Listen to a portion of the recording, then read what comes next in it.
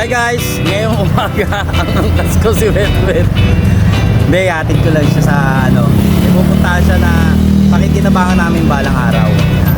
Watch nyo na lang guys.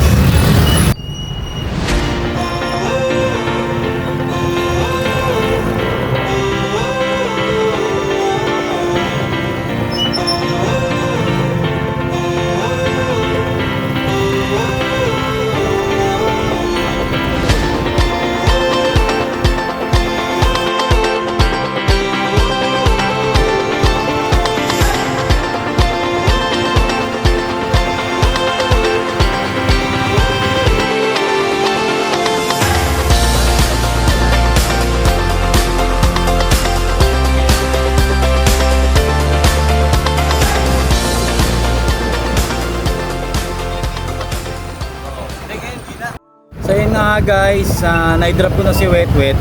Nag-stay kami ng mga ilang minutes doon dahil inantay pa niya yung mga kasama niya dati sa work. Hindi ko na video na yon, pero eto na, dito ko na tinatapos ang aking pag-video, ang aking vlog, dahil uwi na ako.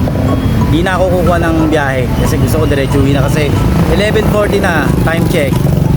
So yun lang, maraming salamat guys and bye bye, God bless.